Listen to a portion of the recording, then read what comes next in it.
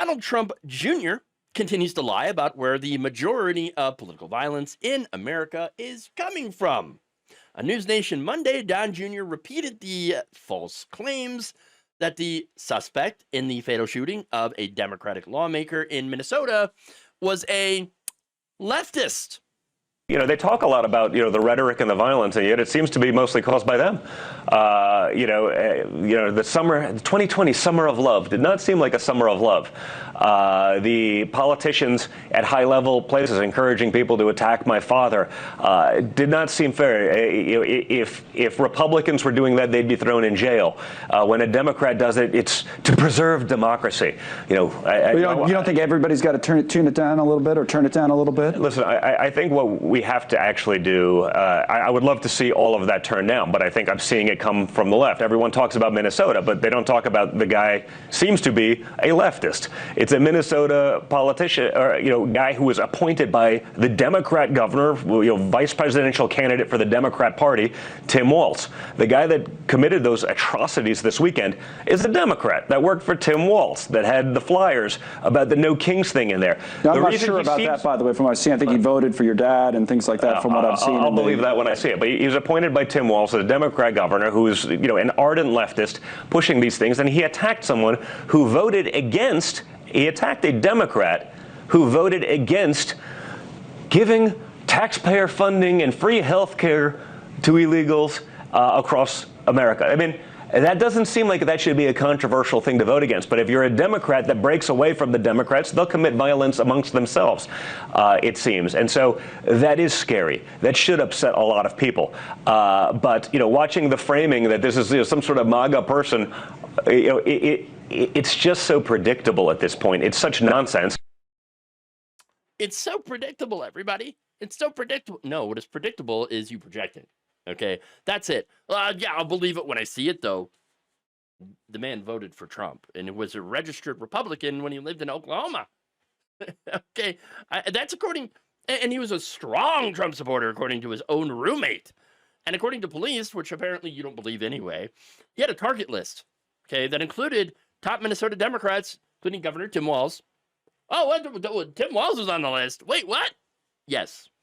Representative Ilhan Omar, a Democrat, Amy Klobuchar, Keith Ellison, Senator Tammy Baldwin, Representatives Debbie Dingell, Hillary Scholten, Joyce Beatty, Marcy Kaptur, Greg Landsman, Shri Tanadar, and Veronica Escobar. They were on that list, along with, of course, abortion providers. I don't know, man. If you have a hit list of abortion providers and a whole bunch of Democrats, you're probably right-wing. Okay, very likely. Now, of course, police are not ready to announce a motive, probably because he's right-wing. Let's be honest. Look, that's where the majority of political violence actually comes from, the right wing. According to the Center for Strategic and International Studies, CSIS, since 1994, right-wing extremists drove over 90% of terror plots and attacks from January to May of 2020. The GAO in DHS reported that 35% of the 231 domestic terrorism incidents between 2010 and 2021 were racially or ethnically motivated, largely tied to far-right ideologies like white supremacy and anti-government militias. The Anti-Defamation League, which has a right-wing bias, notes that right-wing extremists committed 75% of 450 extremist murders from 2008 to 2017, causing 338 deaths compared to just 4% by left-wing groups. The Global Terrorism Database attributes 35% of 263 incidents from 2010 to 2017 to right-wing terrorism, outpacing Islamist 14% and left-wing 13% attacks. That said, these numbers are likely on the low side. How so? Well, it turns out that a lot of studies separate ethno-nationalist and religious terrorism, often aligned, of course, with right-wing ideologies, into distinct categories. Ethno-nationalist attacks rooted in white supremacist or anti-immigrant beliefs and religious extremism, like Christian nationalist violence, share conservative ideological underpinnings, but are often excluded from these right-wing tallies, skewing data to downplay the broader far-right footprint. What does that mean? It means it ain't the left doing the violence. I do, however, love the right wing's consistent inconsistency on this issue. On the one hand, apparently they believe that all lefties are weak, effeminate soy boys with purple hair and neo-pronouns.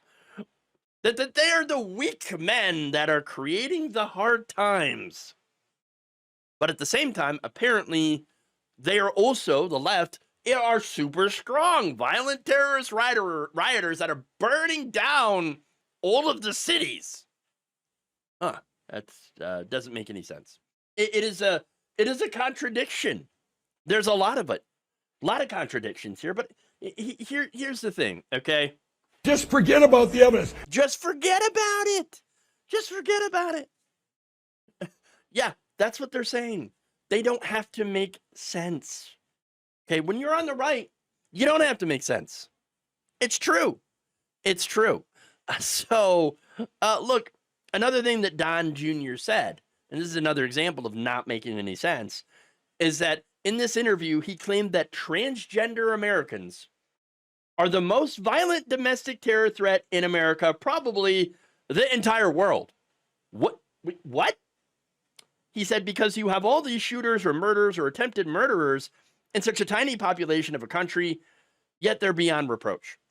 He says that they do more violence per capita, which is not at all true. Not at all true. Victor Asal, a University at Albany political science professor, spoke to PolitiFact last year about the alleged transgender violence. And he asked, is there a serious threat by trans people in terms of violence? Well, if you compare it to extremist right-wingers and all sorts of other extremists, I think the answer is very easy. And the answer is no. Yeah. Exactly. Henry Fredella, an Arizona State University professor of criminology and criminal justice, who has studied the data, told NBC News, quote, there is no evidence whatsoever that trans people are any more dangerous than cisgender people. The Department of Homeland Security's most recent Homeland Threat Assessment also makes no explicit mention of transgender people, and the department warned in 2023 that threats of violence against them are actually on the rise. Shocker. What's happening, though, is that whenever there is a domestic terror event, people on the online right immediately will blame either the left or trans people, or both. Doesn't matter what the facts are, as I mentioned. Just forget about the evidence. Where the evidence is, it's not a concern for them. They just make things up. And then they will continue, once they got a talking point, they will continue to spread it. They'll lie about it over and over again until people accept it or until they move on to the next lie. Look, the reality is, of course, that transgender people are disproportionately likely to be the victims of violent crime. And that it is the far right that are disproportionately the ones that are committing said violence. Period. Okay? That said, of course, no amount of evidence or facts are going to sway them because they are in a cult. And the number one rule of being a member of the cult is to always listen and obey the cult leader. That's it. And that's what this is. Don Jr. is out there giving the talking points to members of the cult because one of them happened to go off on themselves, by themselves and do a violent act. That's it. They went off and committed some violence. And blaming the left for them allows them to, for one, never condemn or apologize for the violence because it was against their political opponents. So, of course, they love this violence, okay? And it also serves to further radicalize their own members to do more violence against the left because, oh my gosh, Did you know that the left are committing violence against their own and against everybody else? Oh, we got to do something about it. That's how they operate. So in a way, it is a win-win situation for them, but a massive loss for everyone else. Thank you for watching. If you enjoyed this video, please like, share, subscribe, hit the bell icon in order to get notified whenever a new video is released. And if you want to support independent, progressive media through this difficult time where it seems like everybody is shutting down, you can become a member on our YouTube page, you can become a subscriber on Facebook, or you can go to my Patreon. It's patreon.com/Jeff Waldorf. Thank you.